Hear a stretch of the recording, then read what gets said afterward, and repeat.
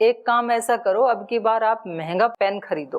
तो उसने कहा नहीं देखो मेरी खोने की आदत है, मैं कहीं खो दूंगा इसलिए मैं खरीदता नहीं हूँ। उन्होंने कहा कोई बात नहीं, खरीदो तो सही, खो दोगे तो मैं दे दूंगा कीमत आपको, कोई बात नहीं आप खरीदो। तो उसके कहने से बोले चलो आप कह रहे हो तो मैं ट्राई करता हूँ। उसने खरीदा महंगा सा। वो 6 महीने के बाद गया उसके पास, तो बोले भाई आपने पेन कितनी अब की बार खोया नहीं खोया? बोले पता नहीं अब की बार तो क्या हुआ, पेन खोया ही नहीं, 6 महीने हो गए। तो उसने बताया कि ये खोया इसलिए नहीं क्योंकि आपने इसकी अच्छी कीमत दी है, चुकाई है, इसलिए नहीं खोया ये। क्योंकि बोले अब तो जहां भी जाता हूँ ना लिखता हूँ तो ध्यान यही रहता है कि पेन कहीं छूट ना जाए, तो पहले इसको बंद करके जेब में लगाता हूँ। तो जो वैल्यूएबल चीज होती है ना, आदमी अपने ज्वेलरी को, हीरे मोती सोने चांदी को लॉकर के अंदर रखते हैं, वो कहीं खो ना जाए क्योंकि वो कीमती हैं। और जो सस्ते में मिल जाती हैं चीजें, कोई गिफ्ट दे गया सस्ती सी, वो इधर उधर पड़ती रहती है, या तो उनके नौकर उठा ले जाते हैं या सफाई करके डाल देते हैं डस्टबिन में। तो इसलिए मैं कह रही हूँ कि मैं बता भी दूंगी तो आप कल फिर भूल जाओगे। तो इसलिए इस पे थोड़ा पुरुषार्थ करो आप, भक्ति क्या है, इसको कैसे पैदा करें, फिर उसको बढ़ाने की चर्चा करेंगे कि उसको बढ़ाएं कैसे। और पूछो, बोलो। भक्ति कैसे किया जाए दीदी? नहीं मैंने कहा ना इस भक्ति वाले चैप्टर पे थोड़ा चिंतन करके आओ। चिंतन किया तब आपसे पूछे। अच्छा तो क्या निकला बताओ, आप क्या समझे वो बताओ ना पहले, भक्ति मतलब क्या? जैसे अभी हमको आने यहाँ पे 10 माह हो गया दीदी।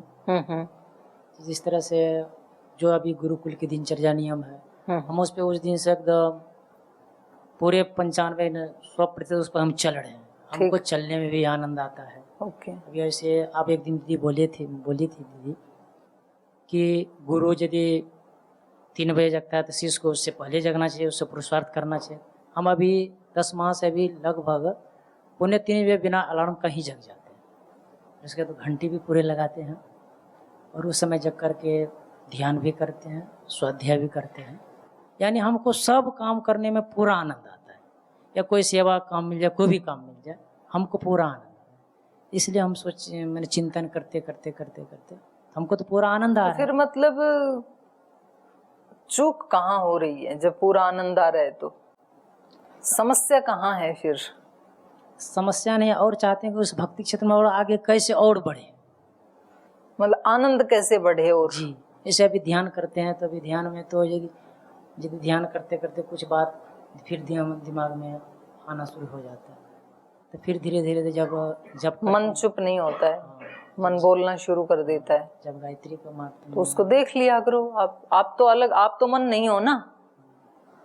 जैसे आप बाहर के लोगों को देखते हैं, कोई बीड़ी पी रहा है, कोई सिगरेट पी रहा है, कोई शराब पी रहा है, तो अपने ऊपर कोई असर थोड़ी पड़ता है। उसको देखते हैं हम, और बस देखते ही हैं केवल, क्योंकि उसको हटा भी नहीं सकते हम दूसरे को। तो ऐसे जैसे उससे हम अलग हैं, उस व्यक्ति से हम केवल देखते हैं कि देखो ये क्या कर रहा है, और ज्यादा उलझते भी नहीं है क्योंकि वो सुनने की स्थिति में ही नहीं है, तो क्या उलझे उसके साथ। तो ऐसे अपने विचार को भी देख लिया करो, आप उससे अलग हैं। और आपको ना कुछ बढ़ाने की जरूरत है और ना कुछ घटाने की जरूरत है। जो आत्म तत्व है या जो आपका अस्तित्व है, उसको कोई भी नाम मत दो, जो भी आप हैं वो उससे अलग है ना। जिसको आप भक्ति कह रहे हैं कि मैं दिनचर्या का पालन करता हूँ, ध्यान करता हूँ, जो भी करते हैं आप, यज्ञ करते हैं, प्राणायाम करते हैं, व्यायाम करते हैं, पढ़ाई करते हैं, जो भी करते हैं, पर आप तो उससे अलग हैं, तभी तो उसको देख पाते हैं। क्योंकि देखने के लिए दो होने चाहिए, एक देखने वाला और एक दिखने वाला। तो जब आप भक्ति को देख रहे हैं, इसका मतलब आप भक्ति से अलग हैं। तो आप में ना कुछ जोड़ा जा सकता है, ना आप में से कुछ घटाया जा सकता है। आप पूर्ण हैं अपने आप में। आनंद आपको ना बढ़ा सकता है, ना आनंद की कमी आपको घटा सकती है। उसके भी आप दृष्टा ही बनेंगे। और जो आपने भक्ति शब्द की बात की है, तो वो भज सेवायाम धातु से बनता है। 3 प्रत्यय करने से भक्ति शब्द बनता है। तो उसका मतलब है कि अपने कर्मों को सेवा बनाना। तो कई बार हम चर्चा करते हैं ना कि जब हम बिना किसी सोच समझ के रूटीन में काम करते रहते हैं तो वो कर्म बन जाते हैं। और कर्म एव मनुष्याणाम कारणम बंध मोक्षयो हो, वो कर्म ही हमारे बंधन का कारण बनते हैं और वही कर्म हमारे मोक्ष का भी कारण बनते हैं। तो मोक्ष का कारण कब बनेंगे? जब वो कर्म सेवा में कन्वर्ट हो जाएंगे। तो ये इस संसार में अपने आप रीत नियम है, वो उनको वैसा बनाते रहते हैं। जिसकी ये अभिप्सा है कि मेरा पूरा जीवन भगवान को समर्पित है, तो उसके काम ऑटोमेटिक भक्ति में कन्वर्ट हो जाएंगे, क्योंकि उसको अपने लिए कुछ चाहिए नहीं। और फिर उसको सेवा से भी आगे उसके जो कर्म हैं वो पूजा में कन्वर्ट हो जाएंगे। स्वकर्मणा तम अभ्यर्च्य, वो अपने कर्मों से भगवान की पूजा कर रहा होगा। फिर तो ये भक्ति की पराकाष्ठा है, फिर बढ़ाना है ये। तो जो भी आप करते हो उस सब के पीछे आपको ये फीलिंग आनी चाहिए, ऐसे बढ़ेगी भक्ति। पहले अपने कर्मों को सेवा में कन्वर्ट किया जाए, फिर सेवा से उनको पूजा में कन्वर्ट किया जाए। तो पूजा में तो आनंद की पराकाष्ठा होती है ना। जिस दिन घर में पूजा होती है तो कितने आनंदित होते हैं हम। तो ऐसा अपने कर्मों को बनाना है। हो गया सबका? जी। चर्चा चल रही थी कि प्रतिकूलताओं में उन्नति होती है और अनुकूलता आने से हमें प्रमाद आते हैं। तो यहाँ पे आने के बाद जो हमें अधिकतर सारी चीज़ें अनुकूलता ही मिलती हैं, पर प्रतिकूलता कभी भी आती है तो गुरुजन उसको तुरंत दूर कर देते हैं। तो पहले जो गीता वगैरह पढ़ने के बाद पहले छोटी छोटी चीज़ें जो हमें प्रतिकूलता लगती थी, तो आजकल वो भी अनुकूलता ही लगती है। तो उसमें हम विचलित नहीं होते। तो हमें तो सारी चीज़ें भी अनुकूल मिल रही, तो हम कैसे फिर प्रतिकूल कर देते हैं आज से ही। आज ही बोल देती हूँ मैं, आपको कहाँ कहाँ अनुकूलता लग रही है, सब जगह बिखरा देती हूँ कांटे। आप ऊपर रहते हो नीचे रहते हो? सीढ़ियों में पहले आज ही कांटे डलवा देती हूँ। और कहाँ कहाँ अनुकूलता है बोलो? अनुकूलता को भी सहन करना और प्रतिकूलता को भी सहन करना। अनुकूलता का भोग मत करो आप उससे अलग खड़े हो जाओ। तो फिर वो अनुकूलता भी आपके ऊपर जो ठंडा मौसम है वो भी आपका अपना रूप नहीं बनता। आप बोलते हो कि बहुत ठंड है, और गर्मी है तब भी आप बोलते हो कि बहुत गर्मी है। और जो फाल्गुन मास में एक सम मौसम होता है तब भी आप बोलते हो कि मौसम बहुत सुहाना है। पर मैं ही मौसम हूं ऐसा तो नहीं ना होता। तो आपको अलग रहना आता है ना चीजों से। तो जैसे आप प्रतिकूलता में सम रहते हो, वैसे अनुकूलता में भी सम हो जाओ। तो उसको क्यों चिपकने देते हो अपने से? ये तो बाहर की चीजें हैं। तो अगर हमें गुरु अनुकूलता उपलब्ध करवा रहे हैं तो हम क्यों जाके उनके साथ झगड़ा करें कि जी इन सबको प्रतिकूलता में बदलो? क्योंकि मुझे उन्नति करनी है और मुझे उन्नति के लिए प्रतिकूलता चाहिए। और फिर वो प्रतिकूलता करेंगे तो फिर बोलोगे जी तो कुछ ज्यादा ही हो गया, तो थोड़ी सी अनुकूलता करो, इतने में तो नहीं हो पाएगा देखो। तो इससे अच्छा ये है कि वो जो भी उपलब्ध करवाएं, प्रतिकूलता या अनुकूलता। तो इसलिए मैंने ये कहा था कि अनुकूलता को सहना और ज्यादा कठिन होता है, प्रतिकूलता से भी ज्यादा। तो जब आपने छोटी छोटी प्रतिकूलताओं को सहना सीख लिया है, तो इसका मतलब आपकी अनुभव की थोड़ी सी शक्ति बढ़ गई है। तो अब अनुकूलताओं को भी सहन करना सीखो। यदि प्रतिकूलताओं को सहना सीख लिया, तो अब अनुकूलताओं को भी सहना सीखो। सहने का मतलब क्या है? सहने का मतलब होता है उससे प्रभावित ना होना, उनको अपने चित्त पे उनकी छाप ना पड़ने देना। प्रतिकूलता को भी सहने का मतलब यही है। सहने का मतलब है कि उससे प्रभावित ना होना। प्रभावित होने का मतलब है अपना स्वरूप वो ना मानना। जैसे कोई माँ अपने बच्चे को डांटती है, पीटती है, पीटती भी है उसको, डांटती भी है जब कुछ गलत काम करता है तो, लेकिन वो अपने मातृत्व को नहीं छोड़ती है तब भी। मतलब उसका जो चित्त है वो विचलित नहीं होता है। वो पीटती भी है और बड़ी शांत भी बनी रहती है, अंदर से दोनों काम करती है। करती है कि नहीं करती? वो थोड़े डिप्रेशन में जाती है कि भैया बच्चे को पीट दिया, बीपी हाई हो जाएगा। उसको असर भी नहीं पड़ता है। इधर बच्चे को पीटती होती है, उधर किसी से बात कर रही होती है। बच्चा भी सोचता बड़ी विचित्र माँ है, इधर मतलब मैं रो रो के पागल हो रहा हूं, मेरे को इतना परेशान कर दिया, इसको कोई फर्क ही नहीं पड़ रहा है। तो ये है सहना। मतलब आत्मा की स्थिति खराब नहीं हुई, उसकी पीट भी दिया तब भी, और उसने उसको कोई चॉकलेट या कोई स्वीट दे दी तो भी उसकी आत्मा वैसी ही है, तृप्त है। तो उसका जो मातृत्व है उसमें कोई अप डाउन नहीं आया, वो वैसा ही बना हुआ है। चाहे वो डांट रही है, चाहे वो उसको दुलार रही है, दोनों ही स्थिति में। इसका नाम सहना है, सहन करना है। नहीं तो सहन करने का मतलब हम ये समझते हैं कि भाई मुख से कुछ मत बोलो, तो हम कहते हैं हमने तो सहन कर लिया, और अंदर अंदर पूरी लहरें चल रही हैं, उथल पुथल चल रही है, तो फिर वो सहन करना नहीं है। तो इसलिए सहोसी सहोमयी देही, ये बड़ी शक्ति होती है सहन करना, छोटी शक्ति नहीं होती है। न बोलना ये सहन करना नहीं है, वो तो कभी कभी और ज्यादा घातक हो जाता है, बोलने से भी ज्यादा। कि बोले तो नहीं, पर अंदर अंदर बहुत आपने अपने आप को भी दुखी कर दिया, और वो सारी फिर जो वाइब्रेशन है वो उसके पास पहुंचने वाली है, उस व्यक्ति के पास वो और ज्यादा स्ट्रांगली पहुंचती हैं। स्थूल से भी सूक्ष्म ज्यादा पावरफुल होता है। तो जब हम किसी के बारे में ऐसी भावना करते हैं, अनुकूलता की या प्रतिकूलता की, देख करके किसी चीज को, राग की या द्वेष की, सुख की या दुख की, तो वो और भी ज्यादा पावरफुल होती हैं फिर। तो साधना है ही वो ही, विचार के स्तर पे प्रतिकूल से भी हम लिप्त ना हो ऐसा प्रयास करें, और अनुकूल से भी लिप्त ना हो। जब आप कह रहे हो कि जी बहुत सारी अनुकूलताएं हैं, तो साधना कैसे होगी? इसका मतलब आप अनुकूलताओं का भोग कर रहे हैं, अनुकूलता से आप चिपक रहे हैं, आप उसका आनंद ले रहे हैं। आनंद नहीं ले रहे मतलब उसका सुख ले रहे हैं, ये कहेंगे।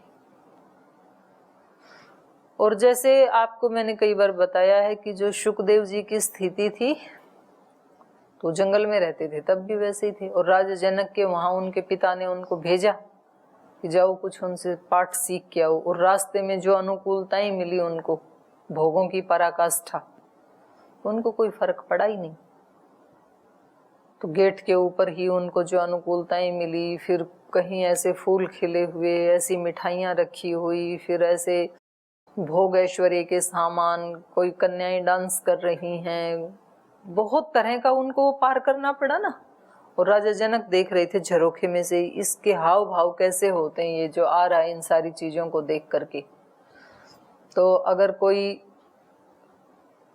पूर्ण विवेकी सन्यासी नहीं होता या ब्रह्मचारी नहीं होता तो भाग लेता, फिर वहां से भागो यहाँ से, ये तो सारा कहाँ पहुंच गए हम, हमारा क्या काम है यहाँ पे।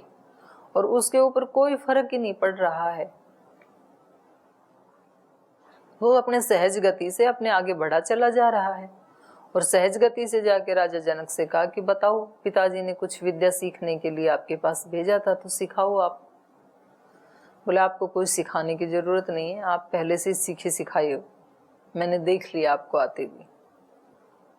तो जो इसमें अनुकूलता में या प्रतिकूलता में अपने को लिप्त नहीं होने देता है, नहीं तो व्यक्ति अनुकूलता आते ही भागना चाहता है उससे, कि नहीं नहीं इनसे दूर रहो, और प्रतिकूलता आते भी भागना चाहता है वहां से, ये नहीं हो पाएगा, तो फिर ये कच्चापन है।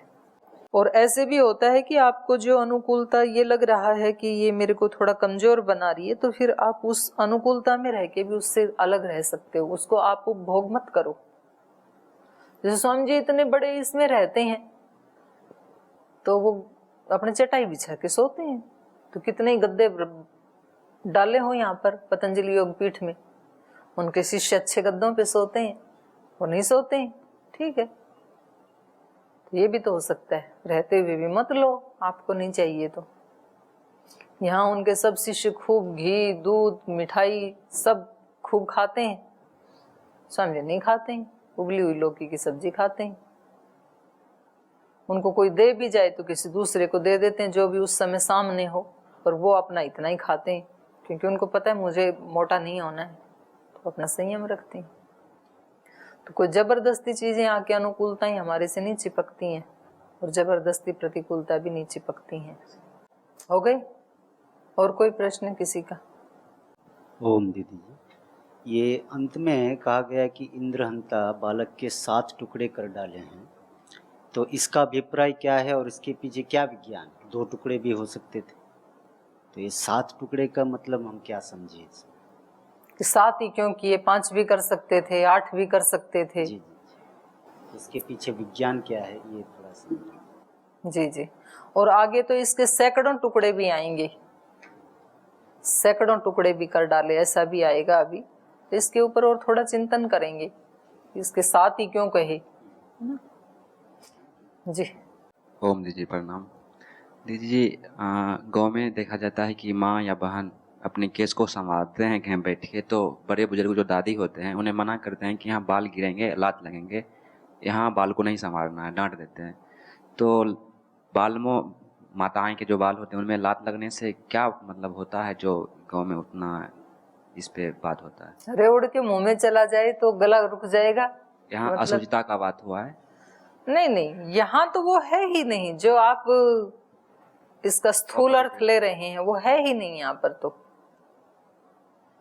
वो तो मतलब इन्होंने एक चित्र बनाया है कि जैसे कोई माँ बहन बेटी अपने इस पे घुटने पे सिर रखेगी तो बाल नीचे ही आएंगे।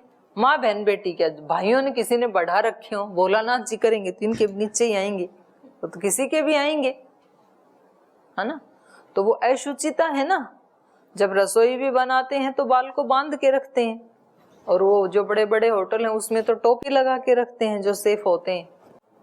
तो उसका तो इतना ही अर्थ है कि बड़े बुजुर्ग क्यों मना करते हैं, नहीं तो वो माताएं ऐसे खोल के रखेंगी तो खाने में डाल देंगी, तो खाएंगे सारे परिवार के लोग, तो बीमार हो जाएंगे, गला खराब हो जाएगा, बाल निकलता नहीं है, गले में गया तो चिपक जाएगा वहीं पर, फिर ऑपरेशन ही करना पड़ेगा, टॉन्सिल फूल जाएंगे।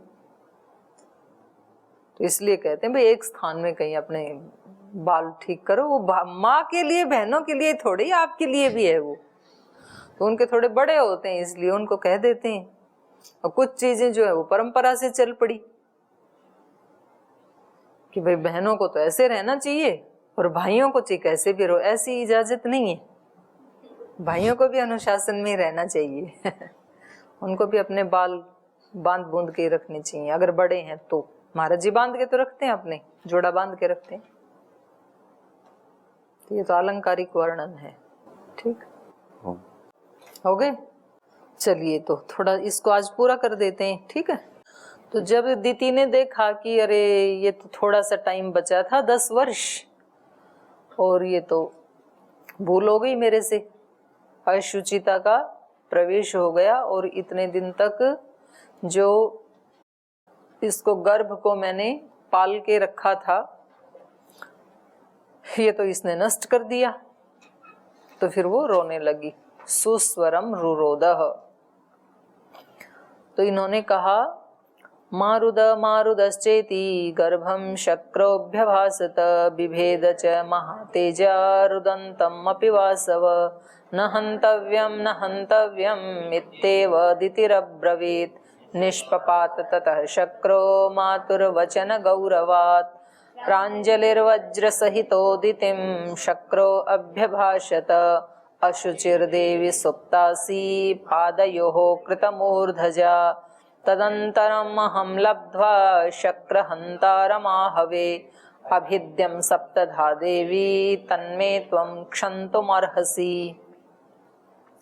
मारुद मारुदश्चैति गर्भम शक्रो अभ्यभाषत। जब उसको काटा जा रहा था तो वो भी तो रो रहा था ना, गर्भ भी तो उस रोते हुए गर्भ से, उस शक्ति से मारुद मारुदश्च इति गर्भम शक्रो अभ्यभाषत, गर्भम गर्भ को उस शक्र ने अभ्यभाषत कहा। इंद्र जब उसको नष्ट कर रहा है तो वो शक्ति भी अपने आप में क्रंदन करती है, क्योंकि वो नष्ट होने के लिए थोड़ी पैदा हुई है। तो ये इन्होंने कहा मारुद, तुम रो मत, मारुद मारुद। और विभेद च महातेजा रुदंतम अपि, और उस रोते हुए को भी इसने क्या कर दिया, विभेद, भेद डाला। वो रो रहा है तो भी उसको कह रहा है कि रो मत, और फिर भी उसको भेद डाला। जैसे वो करते हैं ना मुंडन संस्कार, तो वहां पर वेद का एक मंत्र आता है, वो उसको उस तरह को चला रहा है और फिर उस तरह से ही प्रार्थना की जाती है कि हे उस तरह तू इसके बालक के इन बालों को मत काट, और काटता जा रहा है और ये बात बोलता जा रहा है। तो ऐसा हमारे साथ भी होता है कि हम वो काम कर रहे होते हैं और हम उसी के लिए ही प्रार्थना भी कर रहे होते हैं। मतलब टेंशन में होते हैं और टेंशन का ही उपाय करते हैं, और शब्द वो बोलते हैं कि टेंशन ना हो। यदि टेंशन में नहीं जाना है तो टेंशन को याद नहीं करना, फिर उससे उल्टे को याद करना चाहिए, शांति को याद करना चाहिए।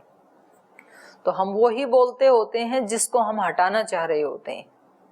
तो उसको गर्भ को नष्ट भी कर रहा है और उसको कह रहा है कि मत रो, और रोते हुए को ही विभेद, नष्ट भी कर रहा है, काट भी रहा है उसी को ही। यदि उसको नहीं रुलाना है तो उसको छेदन नहीं करना चाहिए, तब तो छेदन भी कर रहा है और मना भी कर रहा है। मारुद मारुदश्चैति गर्भम शक्र अभ्यभासत विभेद च महातेजा, और इस महातेजस्वी ने, देखो आसुरी और दैवी शक्ति दोनों साथ साथ रहती हैं, तो जो ज्यादा महातेजस्वी होगी वो दूसरे को, अपोजिट को नष्ट कर देगी। ये नियम है। किसी व्यक्ति के अंदर यदि शांति के ज्यादा प्रबल संस्कार हो गए तो वो टेंशन को, विभेद, नष्ट कर देगा, और यदि टेंशन वाले संस्कार ज्यादा महातेजस्वी हो गए तो वो शांति को, विभेद, वो नष्ट कर देंगे। बलवान कौन है ये देखना पड़ेगा। दोनों ही हैं अभी तो, पर उन दोनों में से कौन ज्यादा शक्तिशाली है। एक व्यक्ति कोई सताने वाला है हमें, और एक हम सतने वाले हैं या न सतने वाले हैं, तो दोनों में बलवान कौन है। कोई व्यक्ति हमें इरिटेट करता है और हम इरिटेट होने वाले हैं, तो दोनों में बलवान कौन है, इरिटेट करने वाला कि होने वाला। जो ज्यादा बलवान होगा, नहीं, अलग अलग समय में अलग अलग होते हैं। एक समय में इरिटेट होने वाला ज्यादा बलवान होता है तो दूसरा व्यक्ति उसको कर देता है। एक समय में ये इरिटेट न होने वाला ज्यादा बलवान होता है, तो उधर से फिर वो चाहिए कितना भी ज्यादा करने की कोशिश करे तब ये नहीं होगा। तो हमारी अलग अलग समय में अलग अलग शक्ति ज्यादा तेजस्वी होती हैं। तो यहाँ पर क्योंकि इनकी माताजी अशुचिता को प्राप्त हो गई तो गर्भ कमजोर पड़ गया। उससे पहले दीति जब तपस्या कर रही थी तो दीति ज्यादा शक्तिशाली हैं, इसलिए इंद्र उसकी सेवा कर रहे हैं। यहाँ इंद्र बलवान हो गए और दीति अशुचिता को प्राप्त हो गई, तो इसलिए वो पराजित हो गई। यहाँ पर उसने उसके टुकड़े कर डाले। तो इस महातेजस्वी ने, महातेजा विभेदच वासव रुदंतम अपि, उस रोते हुए को भी, रुलाई को कोई नहीं सुनता है। आपने देखा भी है ना, लोक में भी जो कोई व्यक्ति, जैसे उनको वो एक वो थे ना सन्यासी, तो क्या कहेंगे उनको, धन धन सतगुरु, नाम क्या था, राम रहीम। तो जब वो बाहर था तो पूरे सीएम, डीएम और कई कई लोग जाकर के उनके वहां पर उनके चरणों में प्रणाम करते थे और उनका बड़ा वो रुतबा सा मानते थे। और जिस दिन वो सब उसका सामने आ गया, उसके सारे दोष सामने आ गए, तो अब वो व्यक्ति गिड़गिड़ा रहा है उनके सामने। और जब उसको सजा सुनाई जा रही थी, अभी भी जेल में है, तो जब उनको सजा सुनाई जा रही थी तो वो रो रहे थे कि मेरे को अब की बार क्षमा कर दो। तो उस रुलाई को कोई भी व्यक्ति सुनेगा नहीं, सुना थोड़ी किसी ने कि चलो ये इतने बलवान थे, इतने हम इनके चरणों में जाके प्रणाम करते थे, तो अभी रो रहे हैं, गिड़गिड़ा रहे हैं, तो चलो इनको माफ कर देते हैं। माफ नहीं किया जाता है फिर, क्योंकि वो कमजोर है उस समय और दंड देने वाला ताकतवर है। उससे पहले वो ताकतवर था, ये कमजोर थे, तो ये जाके उसको प्रणाम करते थे। आज ये उसको जेल में भेज रहे हैं, वो गिड़गिड़ा रहा है। तो रोना धोना कभी भी हमारी ताकत नहीं होती है। भगवान के सामने भी हम कई बार रोते हैं ना, कहीं एकांत में जाके रोते हैं, हे भगवान जी शक्ति दो, यहाँ तो मैं बहुत परेशान हो गया, तुम ही मेरी नैया को पार करो, अब तो तुम ही कुछ करो। तो ये रोने से नहीं होगा, मांगो आप शक्ति तो, लेकिन उस शक्ति से आप अपने आप को बलवान बनाओ, ताकतवर बनाओ। रोना समाधान नहीं है। आपको रोना आ रहा है, रोइए, ठीक है, लेकिन आप अपने रोने के साक्षी बनो कि अभी मेरे अंदर मैं रो रहा हूं क्योंकि मेरे अंदर ताकत नहीं है, और भगवान ताकत का स्रोत है, महान शक्तिमान है वो, तो मैं उससे शक्ति ले लेता हूं। और शक्ति लेके फिर खड़े हो जाओ आप। जब आप खड़े हो जाओगे तब वो परिस्थितियां आपके सामने घुटने टेकेंगी। रोने से वो परिस्थितियां घुटने नहीं टेकेंगी, वो आपसे पराजित नहीं होंगी। तो आपको बलवान बनना पड़ेगा। हाँ, शक्ति देने के लिए भगवान खड़ा है आपके सामने, सर्वशक्तिमान। तो इसलिए इसके रोने की कोई परवाह नहीं की गई। रुदंतम अपि महातेजा विभेद वासव, रोते हुए को भी इस इंद्र ने उसके टुकड़े कर डाले। न हंतव्यम न हंतव्यम इति एव दिति अब्रवीत, दिति ने भी कहा कि इसको मत मारो, इसके टुकड़े टुकड़े मत करो।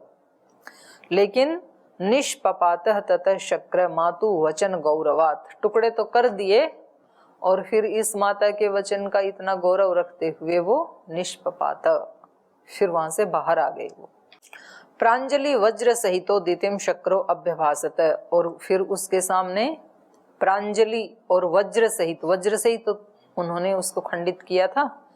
तो प्रांजलि अंजलि बांध के वज्र सहित बाहर आए और उनको बोले, अशुचि देवी सुप्तासी पादयो कृत मूर्धजा, हे देवी मैं क्षमा चाहता हूँ, लेकिन आप अशुचिता को प्राप्त हो गई थी और आपके बाल बिखरे हुए थे और आप नींद को प्राप्त हो गई थी, सुप्तासी। तदंतरम अहम लब्धवा शक्रम हंतारम आहवे, तो इसलिए शक्र हंतारम, जो शक्र का हंता अर्थात मुझ इंद्र को मारने वाला जो था, उसका मैंने आह्वान किया। और अभिंदम सप्तधा देवी, और मैंने उसके 7 टुकड़े कर डाले। तो इसलिए त्वम क्षंतुम अर्हसी, अब तुम मुझे क्षमा करो, क्योंकि मुझे ये काम इसलिए करना पड़ा क्योंकि आप अशुचिता को प्राप्त हो गई थी। तो ये सृष्टि का नियम है, जो अशुचिता को प्राप्त होगा मृत्यु उसको दबोच लेगी। तो इसलिए फिर हम बोल देते हैं ना, सॉरी आपने ऐसा काम किया इसलिए हमें दंड देना पड़ा, क्योंकि यही विधान है, तो हम कुछ भी नहीं कर सकते हैं। यहाँ कोई बच्चा अशुचिता का पालन करते हुए यदि पकड़ा जाएगा तो उसको बाहर निकाल दिया जाएगा, फिर वो कितना भी रोए गिड़गिड़ाए तो उसको यही कहा जाएगा कि सॉरी, हम आपके आगे तो उज्जवल भविष्य की कामना करते हैं, लेकिन हमारे गुरुकुल का या संस्थान का ये नियम नहीं है, हमें तो बाहर निकालना ही पड़ेगा। तो ऐसे इन्होंने अपनी मौसी या माँ दीति को ये कहा कि मैं माफ़ी चाहता हूँ हाथ जोड़ के आपसे, पर मुझे ये ऐसा इसलिए करना पड़ा, नष्ट इसलिए करना पड़ा क्योंकि आप अपवित्रता को प्राप्त हो गई थी। तो इस सर्ग को यहीं समाप्त करते हैं, शेष कल।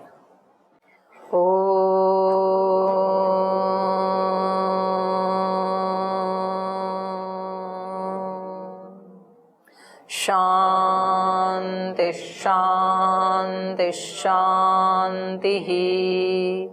श्री गुरुभ्यो नमः। राम का गुणगान करिए, राम का गुणगान करिए, राम प्रभु की भद्रता का, सभ्यता का ध्यान धरिए, ध्यान धरिए, राम का गुणगान करिए, राम का गुणगान करिए, राम के